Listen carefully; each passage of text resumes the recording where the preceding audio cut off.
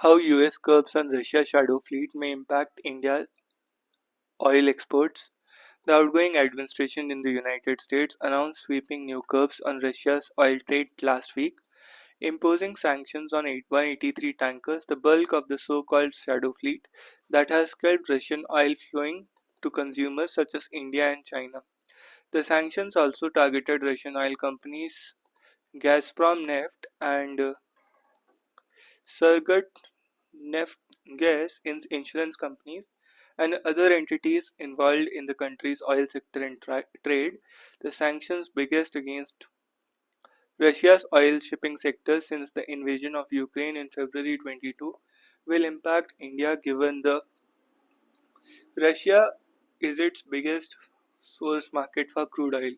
Specific fallouts will depend on variables including the Russian response in terms of pricing and delivery, as well as the policy direction and the incoming Donald Trump administration in the US takes on Russia and the war in Ukraine. The Kremlin has said that the US sanctions could destabilize global markets and Moscow would do everything possible to minimize their impact. Government sources said Indian refiners will accept oil cargoes on the sanctioned vessels booked up to January 10 when the US sanctions were announced, which can be delivered until March 12. The wind down period had been provided to enable existing contract for Russian oil to be fulfilled. India is not part of the sanctions regime against Russia, but it has, like most other countries, generally tried to not fall foul of them in order to avoid secondary US sanctions. Ship tracking data show the vast majority of oil tankers sanctioned earlier by the US they have not been used since. Indian experts expect the India-Russia oil trade to be impacted in the near term beyond the wind down period. This, however, is unlikely to disrupt overall oil imports. Enough supply is available from the oil exporting countries. India, the world's third largest consumer of crude oil, depends on imports to meet more than 85% of its requirement. Russia was a marginal supplier to India before the war in Ukraine. It is now India's biggest supplier of crude after Moscow began to offer significant discounts to offset the impact of West rationing in oil. India, the world's third largest consumer, depends on imports more than 85% of its requirement. Russia was marginal supplier to India before the war in Ukraine. It is now India's biggest supplier of crude after Moscow began to offer significant discounts to offset the impact of the West shunning its oil. In 2024, Russian oil accounted for nearly 30%, 38% of India's total oil imports, according to the tanker data.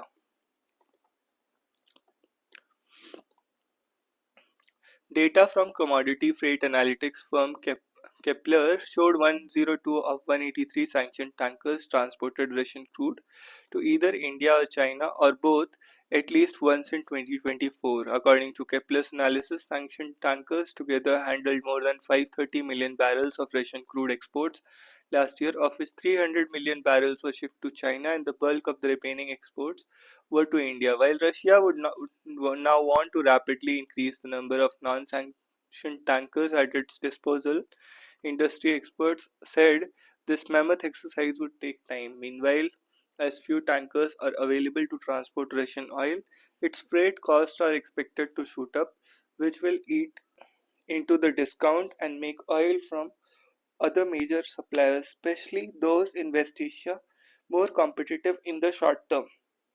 In the absence of meaningful discounts on Russian crude, Indian refiners will likely gravitate towards traditional suppliers like Iraq, Saudi Arabia, and UAE.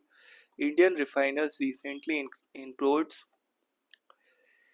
increased imports from West Asia as Russia cut back on exports due to seasonally high domestic demand. Sources in the government and refining sectors indicate that ample supply is available for other major markets. Iraq, Saudi Arabia, and UAE, India's top three crude suppliers before the war, began are currently at numbers 2, 3, and 4 in India's list of oil suppliers, respectively: Iraq, Saudi Arabia, and UAE. Russia's shadow fleet, aging tankers of uncertain ownership, emerged largely to dodge the Western price cap on its oil export, which prohibited the use of Western shipping and insurance if the oil price was more than $60 per barrel. The idea of the cap, which had been in effect from December 5, 2022, was to limit Russia's revenue while still keeping oil flowing to the global markets in order to avoid shortages that would drive up energy prices and inflation. India is not signatory to the price cap. Indian refiners buy Russian oil on a delivered basis, which means the chartering of tankers and associated procedures are responsibility of the supplier. Not being involved in the shipping keeps them insulated from possible price cap related complications. While Russia would be looking to rebuild the shadow fleet, sources in India's refining sector said the latest sanctions could force it to price its crude below $60 per barrel in the medium term so that Western shipping and insurance services can be used. These would lead to lower revenues for Russia, but given that it does not have many buyers beyond India and China, it might be forced to discount its oil to the extent that it complies with the price cap. Trump, who enters Oval Office on January 20, wants to end the war by brokering a peace deal between Moscow and Kiev. He has a good relationship with Russia's President Vladimir Putin, even though what trajectory the sanctions and US policy towards Russia may under him remains uncertain. In the public pronouncements, both Trump and Vice President-elect J.D. Vance have made it clear that they neither want the war to drag on nor have American taxpayer-funded aid flow indefinitely to Ukraine. But, but this does not necessarily mean a softer US sanctions policy under a new administration.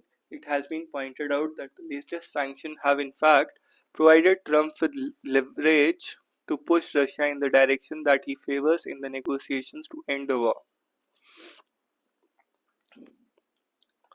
Why has Tulip Siddiqui, Sheikh Hasina's niece, resigned as UK minister? Tulip Siddiq, the niece of former Bangladesh Prime Minister Sheikh Hasina, resigned as parliamentary secretary in the UK's Treasury Ministry on Tuesday amid growing pressure over multiple ongoing anti-corruption investigations in Bangladesh. An investigation for Sir Laurie Magnus, the advisor on the ministerial standards, found no evidence of impropriety on Siddique's part. However, he said it was regrettable that the Labour MP had not been more alert to the potential reputational risk to the ties of her aunt. Siddique has so far denied all allegations against her. Siddique, 42, has been Labour MP for Hampstead and Highgate, previously Hampstead and Kilburn since 2015. After the Labour Party was voted to power last July, she was appointed Economic Secretary to Treasury and City Minister. Siddique's mother, Sheikh Rehana, is younger sister of Sheikh Hasina and the daughter of the late Bangabandhu Sheikh Mujibur Rahman, the founding leader of Bangladesh. Rehana was granted political asylum in UK after much of her family was assassinated in Dhaka on August 15, 1975 during a military coup. Hasina and Rehana survived as they were in Germany at that time. Rehana got married to Shafiq Ahmad Siddiqui.